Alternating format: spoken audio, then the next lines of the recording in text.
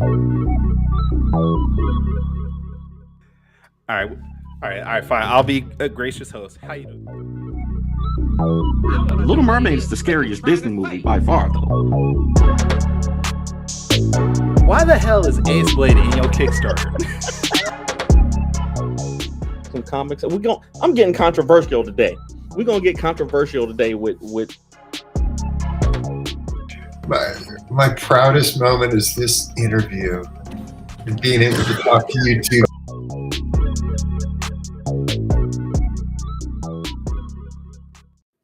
Oh, ladies and gentlemen, boys and girls, children of all ages, Taurus Comics in collaboration with Fourth Wall Productions respectfully brings to you the 105th episode of the Four Tales podcast.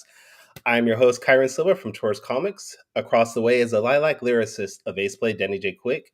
And together we are your two award-winning blurred comic creators here to help you find your next favorite comic. We are live on the Age the Geekdom network via Facebook, Twitter, Twitch, and YouTube. No TikTok today? No TikTok today. No TikTok today. So if you're listening or watching us live, thank you for your support. But don't forget to like, subscribe, share, and review this podcast because all your positive reviews and interactions help us reach a bigger audience. All right, let's start off. Facebook user, right off the bat. Whose idea was it to move to 12 o'clock? So if you haven't realized it, if you're watching us live, immediately the question comes in. Dang, man, everybody got used to it. William Weathers, okay, y'all running late, or is this a new time? Yes, this is our new time going forward. This is the new time. Danny had some free time open up, and I was tired of waking up at 6 o'clock every morning. So this time right here is our new time going forward. So we are not late. We didn't forget. This is it. This is it. This is the new time. Hopefully this will help out with some of our West Coast guests. Yeah, that we haven't been able to get recently because of the time difference. So, 12 o'clock p.m. Eastern Standard Time. Let's do it. Do you know I still woke up at 6 o'clock this morning? I would. Your body is gonna do it probably the next two times, but you'll get used to it. You'll set your push your alarms back, and you'll be fine in about 3 weeks. You'll be okay. Okay, all right, but okay, Facebook user. I don't know who you're saying who you are. I'm sorry, but what's up, man? What's up, you? How you doing, by the way? I'm doing good, man. I'm feeling better than last week, and we launched a Kickstarter. We got a pretty good start, and I'm happy. The Lakers won last night, so. Do you guys have a beam to light? These are good. We don't have a beam to light, but every win counts. I'll just say that we beat the Spurs, which is not a amazing feat, but a win is a win. I guess you say. Damn. You beat the Spurs too? Yeah. Okay. Yeah. Okay. We just beat them too, so they just going through the West Coast with a bunch of L's. Is that? Yeah. Mm-hmm. All right, so we don't want to glaze over that one sentence you just mentioned that you launched a Kickstarter, which if you saw us live on Thursday, that was the Bequest limited edition hardcover. Yep. Absolutely. How's that going? It's going all right. We're right at 25% funded in the first couple of days, and we got some ideas to keep it pushing. But our guests plural, our guests also are running a Kickstarter. We're excited to talk to them about all the great things that they've been doing too. All right. Well, since you want to just jump into it, let's do it. Let's bring them on. We have Matt Knowles, and I don't know if he's supposed to be frozen. I'm absolutely not frozen. I was just posing, man. It's what he does. It's what he does. Yeah. So we have Matt Knowles, Steph Cannon. How you guys doing today? Doing good. So I got to ask you guys a question real quick before we can jump in. I need more explanation on the whole lilac lyricist thing, man. That I was like, that's what I'm talking about. Give me an explanation on this lilac lyricist thing. Okay, so every episode I do a description like I did, and I changed that up. Danny's favorite color is purple, so I try to find a synonym for purple for every episode. And he's the writer of the book Ace Blade, so I try to find a synonym for writer for every episode. So it changes up every week to something different. Yeah. for Oh, sure. that was some good stuff. I'm rolling with the lilac lyricist thing there. That's good. I've now done that for about 80 different episodes, so it's been pretty. I've had My to favorite reuse a couple here and there. There are only so many ways you can say purple. I'm sorry. Yeah, true.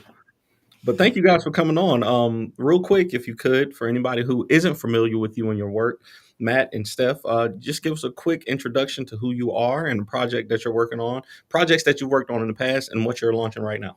Yep. Sure. So right now we've got Heirs of Isildur, the Perilous Prospects, books 1 through 3 on Kickstarter. We've got 5 days left. We are just under minimum funding. That's Kyron's doing. Kyron literally told people the other night, do not get it to minimum funding until they get on our show. This is the real truth. He did say that. So let's make sure that we don't make Kyron a liar. You know what I'm saying? Kyron has said this. He's giving you guys a call to action. Let's get us minimum funding while this show is happening. Heirs of Isildur is where steampunk comics and metal collide. I'm a metal musician. We do have metal music that's attached to it. There's going to be a brand new Heirs of Isildur metal song that goes along with the campaign. This issue is one that we can talk about a little bit more as the show goes on, so we don't front load the entire show with the whole pitch for the issue. But we're really excited about this. That's one of our homage covers that we are super happy about. We got to do a Nightmare Before Christmas homage, one of Steph's favorite movies. It's the next one in the series. We've done Metalocalypse, Death Clock, Stranger Things, Nightmare Before Christmas. We even go back a little bit. We had Walter Osley do a Garbage Pail Kids homage set for us for a previous issue. But we've done Tales from Nocturnia, I Am Keto. We have Misfits Clubhouse, which is an all-ages title on Scout Comics, but our main anchor title is Heirs of Isildur. Wow. You guys have a lot going on. And how does this work, the dynamic between two of you guys when it comes to producing a book? I'm going to let you take that one, Steph, since I just ran my mouth. It's a lot of work because we are bi-coastal. Matt's in Florida, and I am, like you, Kyron, I'm in California. So I actually appreciate the later start time because I would not have been able to make it otherwise. And just full disclosure, anybody that's like, what the heck is going on with Steph? I'm in full running gear. I run all the time. I run on Saturdays. There was no time to get up early, run, and make myself presentable. So this is what you guys are getting is post-run Steph today. But that's fine. You still look better than Danny and I, so it's cool. Yeah. And I also have to say, Kyron and I, both Niner fans, so we are still in mourning. But he's representing, and you know what? I would be too if I was not. That's right. We're still getting over it. We can't talk about it yet, probably. It's hard to talk about. I thought you were a Chiefs fan because I know you posted some pictures with my sister is a Chiefs fan, and we went to a game together. She came out here, and we went to the Niners Chiefs game, and the Niners got beat by the Chiefs. This was last season, not this one that just finished. Right. Okay. But so she will tag me in some posts sometimes. So it was a little bit of contention, but you know what, her team won, and so yeah, no. I'm just saying, you don't have to have sisters. You can get rid of some of them. I've got a lot. That's a story for another day, but I have a whole lot. Like you have more than. It may not be a story for another day. I think that you need to let them know how you went from 0 siblings in 2017 to how many now? 16. Yeah, it's a story that we'll get to at some point, but I want to answer the question that was asked like probably 5 minutes ago. So we're going to talk about our campaign. But yes, it is a very interesting story, and I'm not lying. I do have a ton of siblings. So so Matt's in Florida. I'm in California. There's a lot of sharing of Google Docs and Google Sheets. If Matt is ever on a podcast and doesn't mention Google Docs and Google Sheets at least 10 times, then you should probably check his pulse because that's what we do. But we're on video chat every day working and, trying to get the stuff done that we need to get done. And as far as shows go, I'm flying back and forth across the country as often as I can to go out to the ones that are on the Southeast, usually Florida, sometimes other states as well. Oh, wow. I've looked into flying to the East Coast to do shows. That just airplane tickets alone is crazy. So for you to do that multiple times, many times, and it's very difficult. It's very difficult. We have to be very careful and really strategic about the shows that Steph does come out to. Like we've done some stuff in North Carolina and in Louisiana and other places, Washington, D.C. But like over the pandemic, you would think that when the pandemic happened, so Florida was the first state in the country, which is probably a surprise to no one, to have conventions come back. We actually were a part of the very first convention, and the convention that we were a part of literally made the blueprint for every other convention in the rest of the country to follow, with hand sanitizing stations and all that kind of stuff. But you would think during the pandemic that flying would have been crazy. Steph was getting, I remember she'd be like, hey, listen, I can get a round trip ticket for $69 right now. Yeah, it was crazy. And it was absolutely nuts. So it was very easy then to schedule out shows and do, like, we did a couple of comic store tours, so to speak. We did like four comic stores in 4 days. But as the world came back and the economy came back, tickets have just gotten stupid. Yeah. So there are some shows, like last year I did a show multi-day show in North Carolina, multi-day show in New Orleans, where I went with some of the guys from Scout Comics, and I just took care of those on my own because the financial, it would just been ridiculous for her to try and make it out there, and finances have been totally upside down. So we try to make sure those shows that she's here for are strategic and it makes sense for her to actually be a part of. Nice. Absolutely. All right. Man. Well, let's talk about the book. You guys have the Kickstarter running, like we mentioned, Heirs of Isildur. What is it about specifically, and is it related to Lord of the Rings? Start with the first question there. So it's not directly related to Lord of the Rings. However, I'd be a fool to say that the name was not inspired by Lord of the Rings. I am a huge Lord of the Rings fan, and I'm a huge metal fan, metal musician. There's a lot of bands that have taken their name from places and different things in Lord of the Rings. Amon Amarth, Cirith Ungol, Morgoth. Those are all metal bands that have been around for quite a while. When the project started, I was coming out of basically a writing hiatus. I was a metal musician for many years, toiled in the underground, and I wanted to have a new project with a new name, and I always wanted to use the name Heirs of Isildur because I think it sounds cool as heck, and it's not. I was shocked that nobody had ever used it. So I was like, I want to have music, but also have a backstory. And a couple songs and a backstory turned into a full album and an illustrated novel, or first an ebook, then an illustrated novel, and kind of went on from there. So Heirs of Isildur is not medieval fantasy related. The spin-off from Heirs of Isildur, Tales from Nocturnia, if you're a Lord of the Rings fan, Tales from Nocturnia or I Am Keto are both going to be a lot more up your alley in the fantasy realm and that style than what Heirs of Isildur proper is. So this issue, this story arc, The Perilous Prospects, the previous arc ended with an apocalyptic event, the Crossroads Conundrum. Our main character, Michael Isildur, had found an abandoned laboratory. He started tinkering with the machinery that was there. He got one of the machines to work. It accidentally started opening up time portals, started bringing people from other eras to him. He realized he had this conundrum. I can either stop doing this and live my life as it is and continue to be a watch and clock maker and make sure time works exactly as it should, or I can continue to help these people that are coming through the portals, but also potentially corrupt the timeline as we know it. Well, that arc ends with a apocalyptic event. This arc starts with that apocalyptic event, but we shift everything a complete 180. The first arc was all from Michael Isildur's perspective. In this arc, Michael is basically in a coma. He's been a prop sitting in a bed for the entire arc to this point. So all these people that are around him that had no affiliation whatsoever until this thing happened and he's now in this coma have had to figure out how to work together, how to understand each other, and see if they can figure out how to stop this apocalypse that they have helped to unintentionally create. So in this book, Michael has returned from his supernatural sabbatical into a world that has changed around him. He does not have his residence. He does not have his laboratory. His entire identity has been transposed onto someone else, which happens to be his completely unequipped best friend.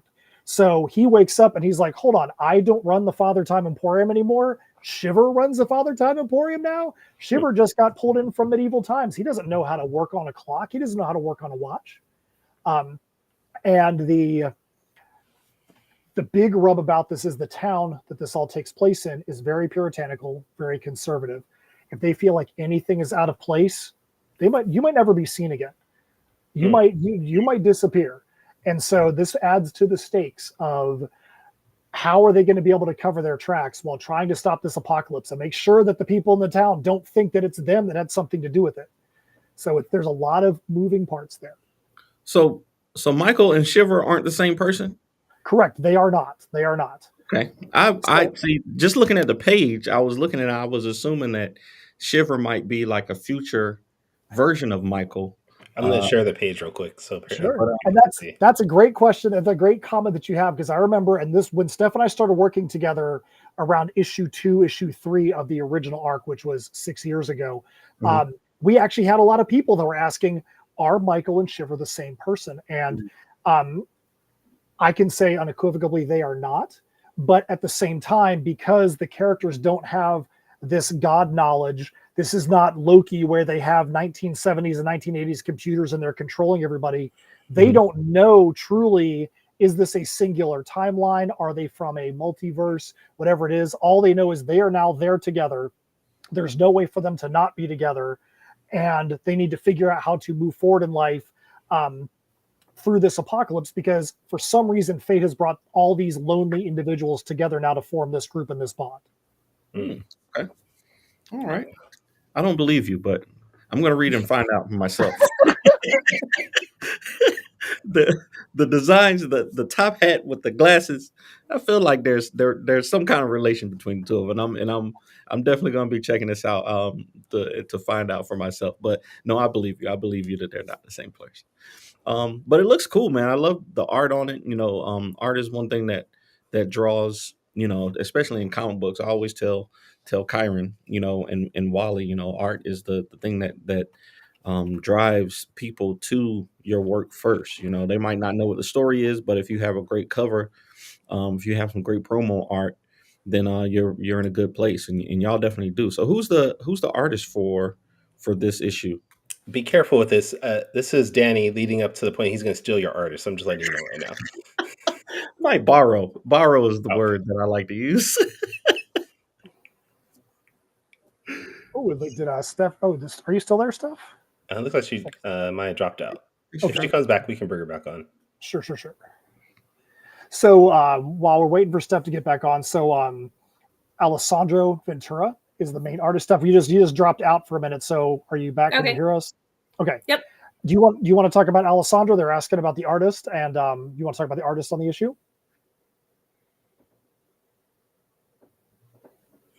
It looks like she's frozen. Okay. So our artist is named Alessandro Ventura.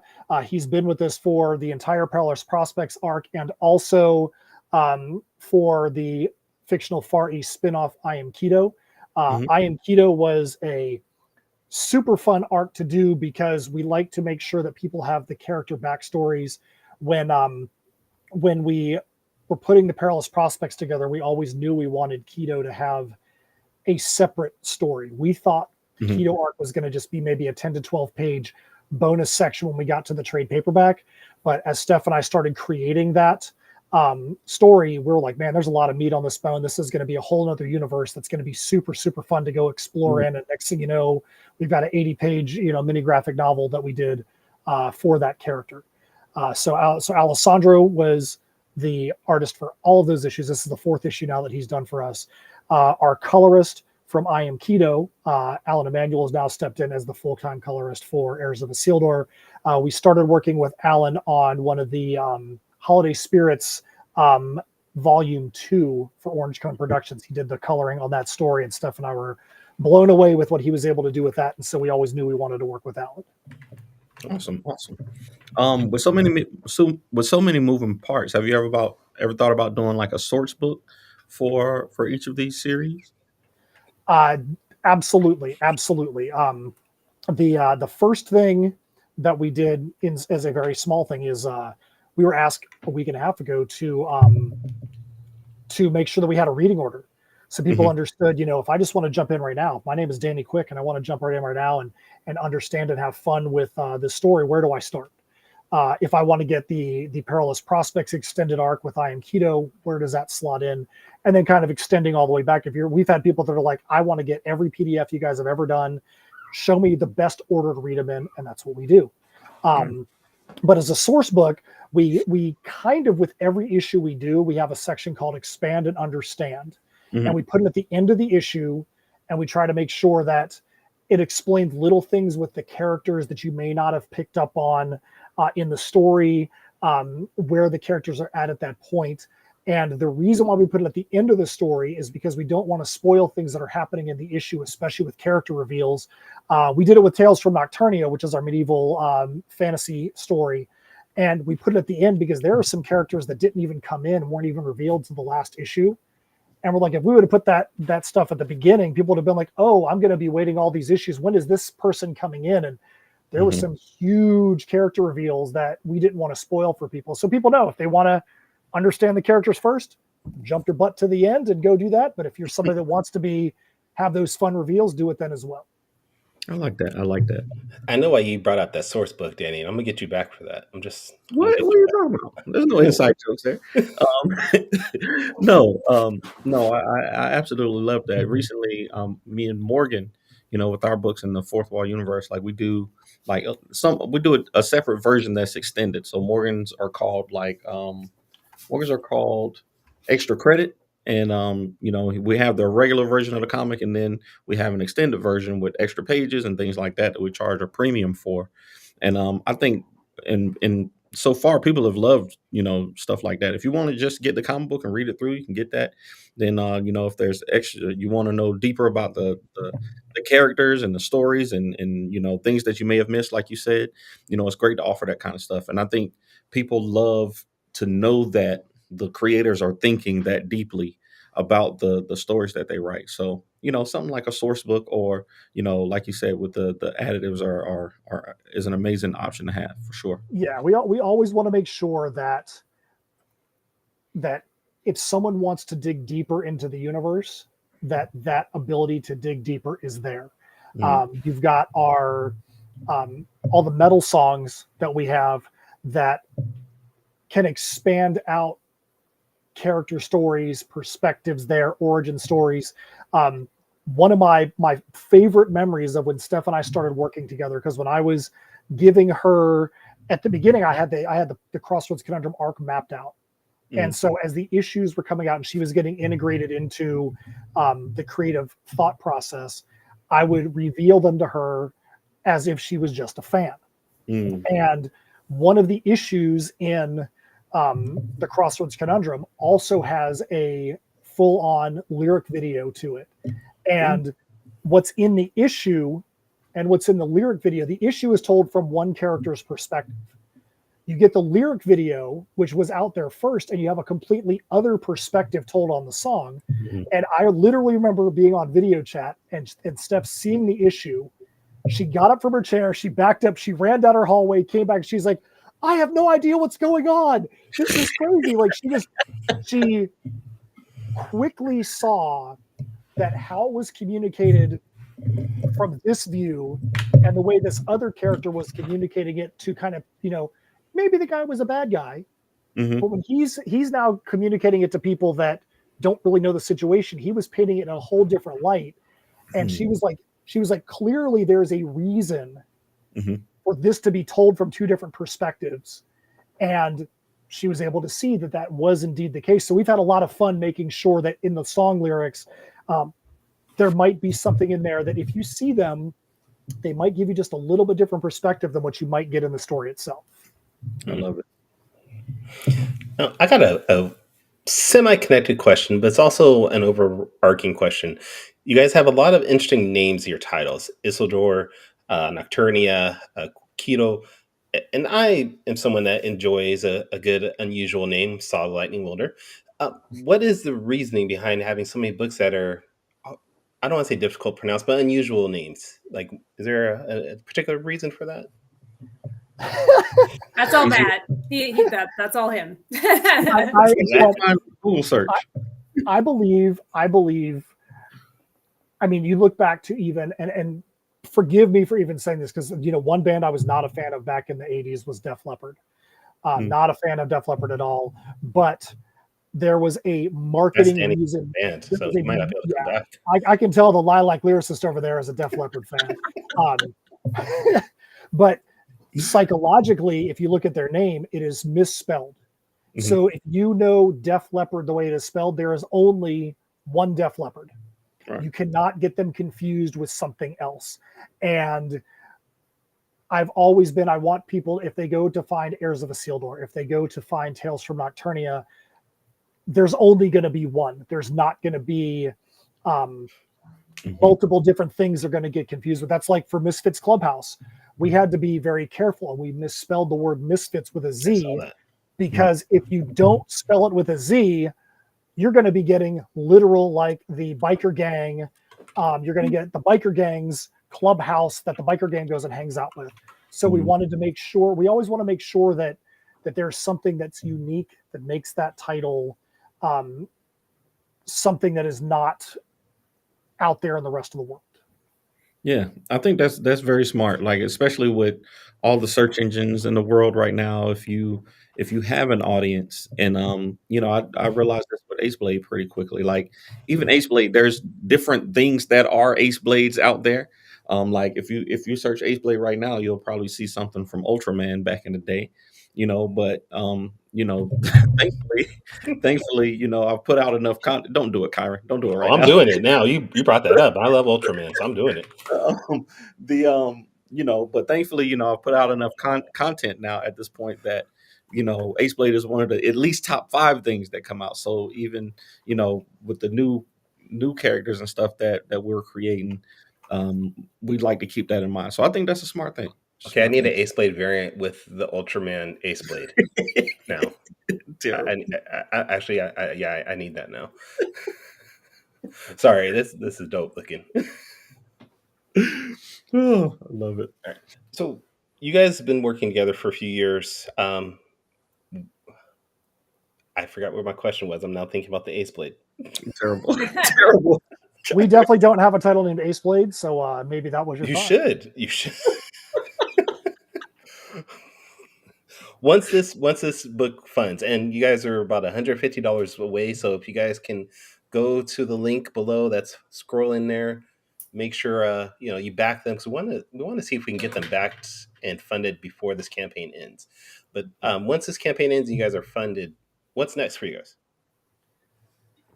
So oddly enough, we actually just got a message back from the artist that's helping us out with something that's going to be coming up next.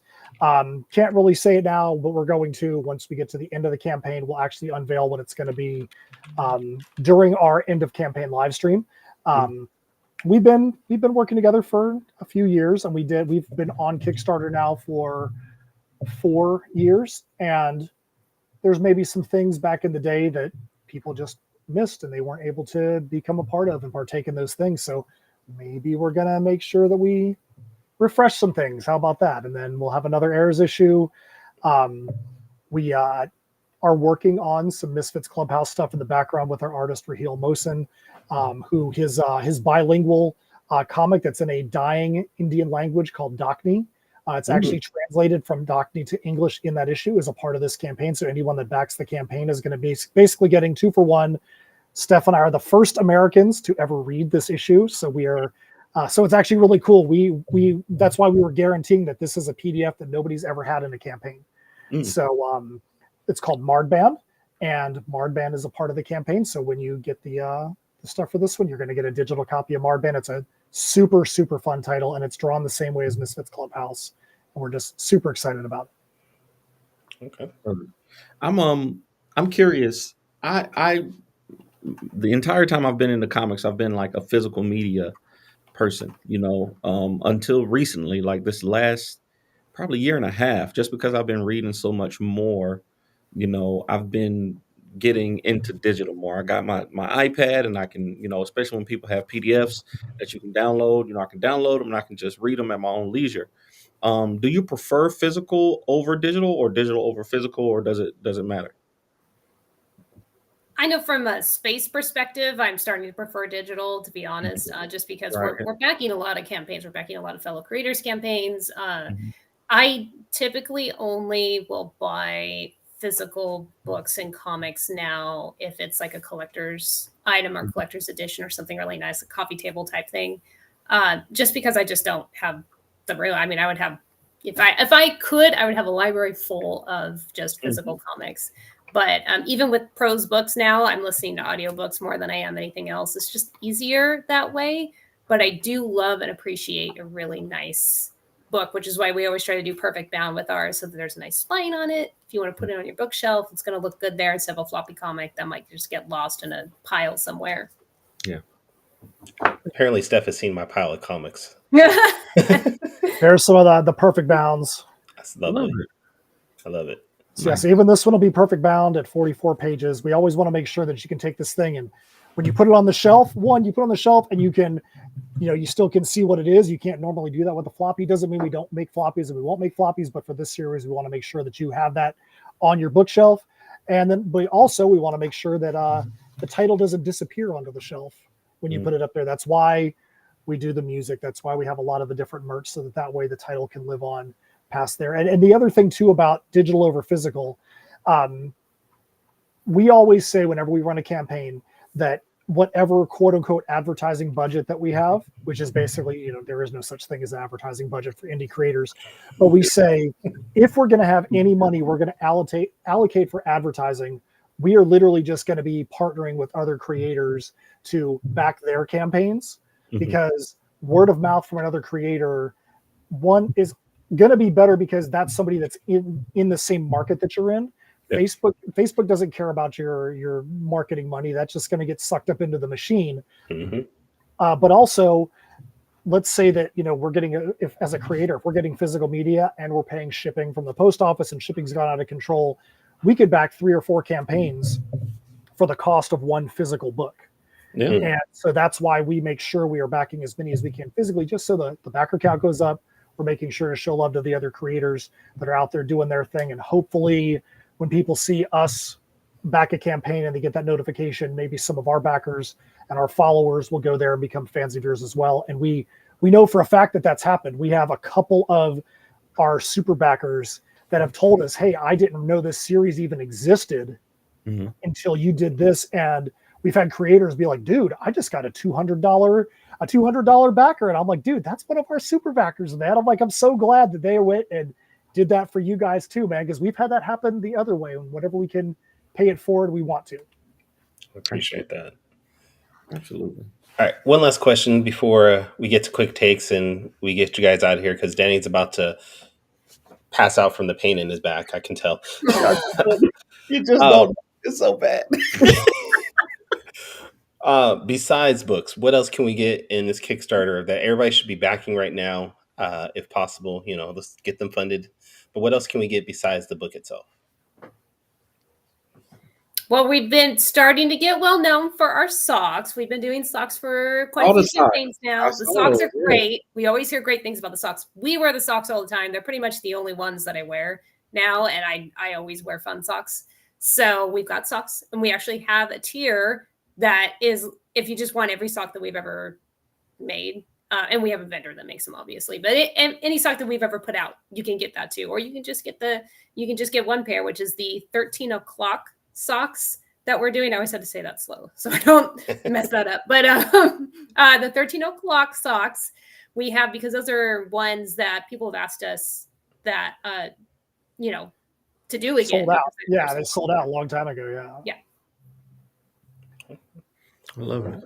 And are these one more question about the socks? Are they compression socks? Because they look like the calf high compression socks. Are they just? They're not true compression. They're a nice snug fit, and they're tall, but they're not true compression. They're not gonna.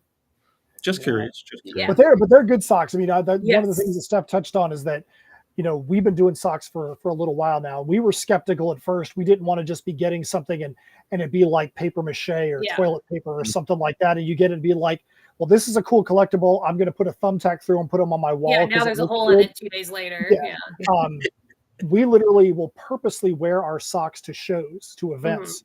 All day long on our feet, 10-hour show days. We want to show people, look, if we can be at shows wearing these socks for 8-10 hour days, and you don't even think about what they are. Like, to be honest, they're more comfortable to me than wearing Nike socks or Under Armour socks during a full show day, because sometimes you don't want to have compression socks on like a whole day long, or tight fitting socks. I mean, they fit good.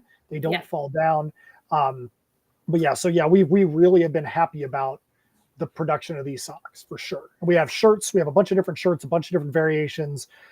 We did the I Am Keto campaign. We know a lot of people missed it because the economy sucks, and there just was no money flowing around. There still is a tough vibe with the economy right now. But we wanted to make sure if somebody missed the Soul Ripper glow in the dark shirt that we have on there, or the Dual Serpent shirt, they wanted to get some of the logo shirts that we have. We want to make sure all those things are available. There's a tier that is literally just shirts. You can get every shirt we've done in the last year or so with an issue as well. We've had some people that have picked those things up. We want to make sure people have the opportunity to get their hands on whatever they want and have the least amount of clicks possible. We'll put everything into the add-ons as well. But we want somebody to be like, dude, I want to go get drawn into the campaign. Boom, there's a tier for getting drawn in.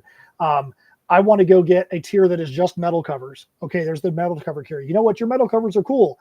I've got more money than I know what to do with. I want every single metal cover you've ever done, which is 18 of them. I can go pick a tier that's got every metal cover or every homage cover. We want to make sure that those things are right there, so that if somebody really wants to get their hands on them, they can do it, and do it simply. I love it.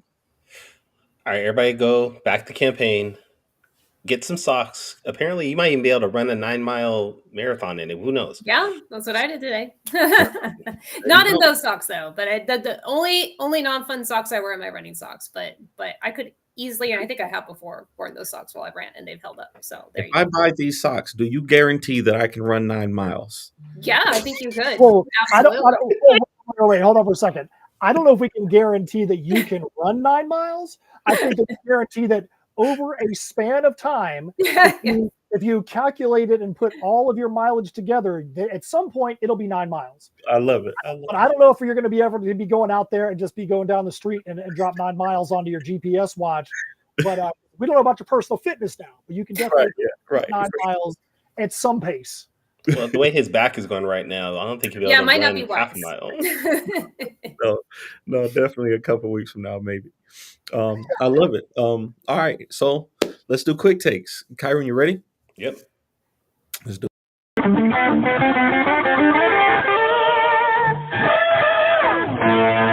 quick takes. There we go. All right, so quick takes. If you haven't seen the show before, Quick Takes is a rapid Q&A section where we grill our guests on their deepest, darkest secrets, and try to get you to answer 5 questions at 45 seconds each off the top of your head. So these questions are just to let our audience get to know you a little better outside of comics and inside of comics. So here we go. First question. We see in your story, Heirs of Isildur, that there may be some alternate universes, maybe timelines, things like that. So I want to know, if there was an alternate universe of Matt and Steph, what would they be like?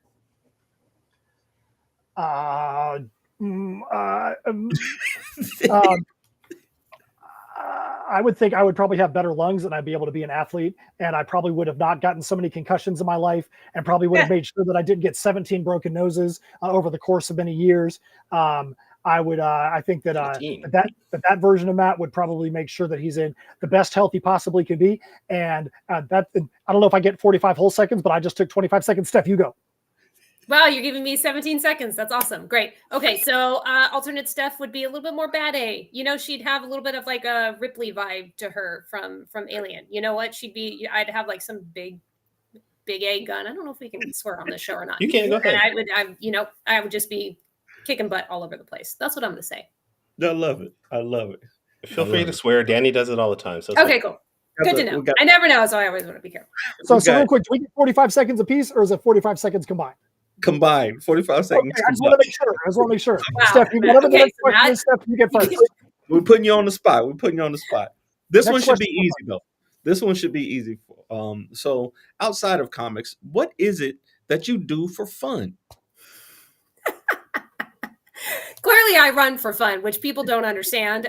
They think that that's insane, but that's my Zen moment. That's how I start my days off right. That's when I get to listen to podcasts, listen to audiobooks. I multitask. It's what I do. I people don't understand it, but for me, it's I would not be okay if I didn't do it. I love it. All right, I referee soccer games. I've been a referee for 24 years. I've refereed over 5,500 soccer games. Huge football fan. I am a part of one of the biggest college fantasy football podcasts, CFB Dynasty. I'm a co-host of that show during the season.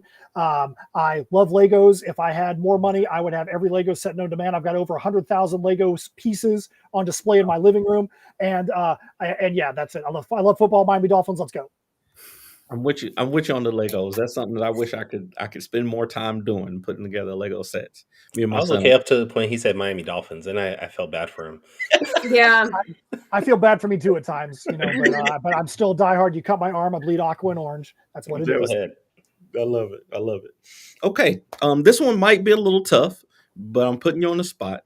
But it should be easy because you two seem to have a great chemistry, and I know you've been working together for a while. So I want to know, what is it that you admire most about each other?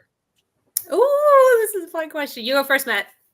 Okay, so I love Steph's energy. I love her attention to detail. When we first started working together, there were certain little nuances I would put into the stories, and I was like, is anybody ever going to pick up on them? And she picked up on them right off the bat. And we had only known each other for a very short amount of time, and I had a very big show that I was about to do, and I needed somebody else to come to the event. And I was like, who is somebody that would be worthy to come? And I asked her, I said, you know what, I trust you more with this title than anybody else. And she ended up making the show, and now we have a freaking LLC together. Love it. I love Matt's ability wait, too. before Steph starts. Okay, You got to give 'cause I'm her kind of more tight. time because Matt just took. Yep. So we'll give you the full 45 on this one. Good. I appreciate that. Okay.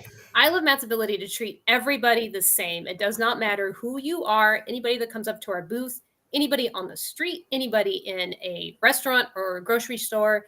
He has a very outgoing personality, but he is going to treat everybody the same. It doesn't matter if you are the janitor at the convention or you are the convention owner or you're the president of the United States. He treats everybody with like he's known you forever. And we've had guys that have come up to the booth that are like, we liked you guys because you guys actually talked to us and no one else would even pay attention to us or treat us like human beings. He is excellent at that. And he's always going to make people feel good about themselves when he talks to them. I love it. So you're saying being nice to people makes them feel good? Yeah, I know. It's weird, right? Odd concept in this world, Only right? people could do that more. I never would have thought of a thing like that. I know. It's a weird concept. I love it. Okay. Question number 4. A couple weeks ago, we had on some guests who were veterans in the comic book industry, and we had a talk about there not being a lot of mentors in the space of comics. A lot of stuff that we do as independents, we learn on our own.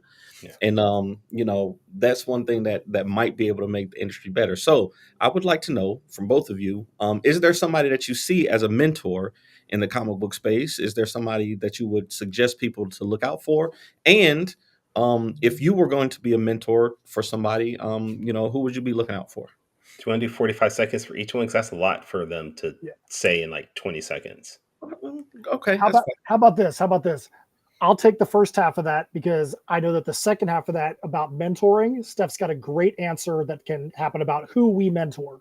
I love it. She has this confused look like, what? The girls. Okay. Okay. All right. So when it comes to mentoring, so when we first started this journey and we first wanted to get into Kickstarters, we knew we had to look up to people that were successful in what they're doing. People like Charlie Stickney, Madeline Holly Rosing. I think that you need to look at people that are in the same space as you that are successful in what they're doing. Look at somebody like Pat Shand that is, people that are willing to talk to you and give you information and treat you like you are equal to them, even though they have ascended to a higher level. Those are people that I think you want to listen to what they say, see what they're doing, because if they're doing it and they're industry leaders, why are you going to try to buck the trend? If they understand the trend and they're financially successful, go that direction. That's how I see about people that we would look up to. Love it. So we are actually mentoring a sister duo that is from my hometown, and it's kind of a crazy story how we met these girls. But they're a sister duo. They have a manga series that they are doing called The Bohemian Trials, and it's a writer-artist duo, and it's amazing. And I met them, it's a crazy story that would take up more than 45 seconds, but we started talking with them because we said we really love their energy and the artwork and the story. And flash forward to a year later now, or probably longer, and they've done several covers for us, and we're just kind of 4 covers for us. And we're definitely mentoring them on how to get their business going, because they're young girls, they're just starting out, but they probably don't need our mentoring at this point because they've got it handled. They're doing great. But we love partnering with them no matter what. Partnering with them, so fun. Yes. Love it. I love it. That's great. That's awesome to hear. Okay, last question. So are we giving them 45 seconds on this one, or are you wanting them to go back? I'm gonna get a cumulative top 5. So I do another show called Top 5 Live, where every week we come up with a top 5 list for a different, for any kind of crazy subject that we can. So I noticed, Steph, that it seems like you travel a lot, or you travel a lot. Okay, so Yes. So you've been all over the place, but I want to know, I want you both to name your top 5 comic book locations. So if you could travel to any place in comics, give me 5 locations that you want to go to cumulatively. So 2, we'll go 3 from Steph, 2 from Matt. Like fictional places, or okay. Places from comics. I'm glad Steph's going first. Oh, fictional places from comics. Oh, I have no idea. I didn't know that was the question. I was thinking, I've been to this convention before and that convention before, and that was That's great. what I thought it was too. Actually, yeah. So I'm ill prepared. I have no idea. I don't know. Here's what I will say, and I know that this is a big faux pas, but I'm not reading a lot of mainstream comics right now. I'm sorry, everybody. I don't have time. I'm creating my own comics and I'm reading independent comics. So I don't have a good answer for that. I know I'm going to get kicked out of the indie comic world, but that's fine. It's okay. Hey, I would say the first place I'd go is Shadow Savin, which is where everything takes place in Heirs of Isildur. I would go to any location in Lord of the Rings, because they've done graphic novels for Lord of the Rings. And I don't even know what I would say past that. Yes, but you stumped us both. How about this? I'm gonna give you 30 seconds, Danny. Quick, what would you do? Oh man, see, it's not so easy. I would go to Metropolis. I would go to Wakanda. I'd go to Gotham City. Yeah. And why are you going to go to Gotham City? It's always dark. I want to see how bad it is. I would dig Gotham City. I have to say, I want to see how bad it is in Gotham City. So bad. I like the dark, Gotham aesthetic. So I can do that. I just stay away from all the bad guys. I'd go to Oa, where the Green Lanterns are, and Asgard. Asgard would be great. I can see going to Asgard. I can roll with that. I can roll with Asgard for sure. Yeah. There we go. That was fun. Thank y'all so much for doing a quick take. Hopefully, y'all had fun with some of those questions. No, for sure. We did. Man. That was fun. Thank you. Sponsor? No. No. Okay. All right. All right. Well, I don't have my medicine. I was going to say Excedrin. Wait, okay. This week's sponsor is the Mighty Claw source book from Fish Lee Comics. Yeah, go check it out. Absolutely. Love it. All right. That's the end of our show. We appreciate both you guys being on here and allowing us to hopefully get you guys closer to your goal. You did for sure. Yeah, we are at $152 away from minimum funding right now. As soon as we can get there, we'll be announcing the first stretch goal, which is going to be super fun. We're now 30 backers away from the second backer count incentive. Cool. We've already got the one we talked about with Mardban. And then once we get to that minimum funding, we'll announce what the first stretch goal is. We're going to have some fun with that one as well. But yeah, we really appreciate you guys allowing us to be on. If you're out there listening, go to tinyurl.com/heirs, HEIRS, TPP3. We know you're going to love this story. We believe that We want to create characters you can relate to and universes you want to escape into. We've got a fun story, a developed story. We promise you it's going somewhere. Even if you're a longtime reader, you're going to get to the end of this issue. You're going to be like, what the heck are they doing? This story just took some crazy swerves, but we promise you it's going somewhere. We're going to be able to get out of all this crazy crap that we're doing and do it in a logical way because we value and trust your time and money, and we know it's valuable, and we want to make sure that you feel like it's money and time well spent when you work with anything or buy anything that is team and sim based. Love it. Love it. And we also want to make sure that people follow up with you after the show. And after your Kickstarter is done. So where can people check out your works, check out your social media, things like that? Easiest thing to do is go to linktree.com/Insymmetry Creations. There you go. From there, you've got all of our links. You've got the Bandcamp page with all of our metal music. You've got a page to Steph Cannon Writes. She is a columnist and has got over 90 bylines for Fangoria, Horror Geek Life, Creepy Kingdom, Horror Buzz, Daily Dead. Pages for all of our stories, our music videos, all that can be accessed right there from the linktree.com page. Awesome. All right, Danny, before you pass out, where can people check you out? Best place to find me is our website, fourthwallpros.com, and also at the Ace Blade on all social media platforms. Kyron, where can people find you? You can check me out at tauruscomics.com. I am also on all social media at Taurus Comics. And this is the first time you ever checked out our podcast. You can go back and listen to the other 104 episodes by going to fourtailspodcast.com. You can listen to all our past episodes there and check us out on YouTube. I don't know if Twitch allows you to check past episodes. I don't think they do. But anyways, just go there and listen to it there. That is the number 4, TALES podcast.com. Join us next week where we are going to have Jason Reeves of 133 Art on, where we'll talk about his books and everything that's coming out with his. Matt, Steph, thank you for being on. Thank you so much. We appreciate it. No problem. Until next time, though, everybody, sayonara, goodbye, and please take care of yourselves.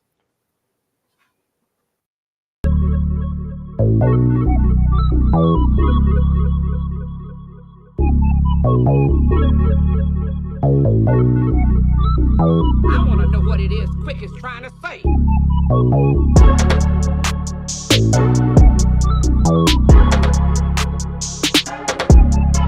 say.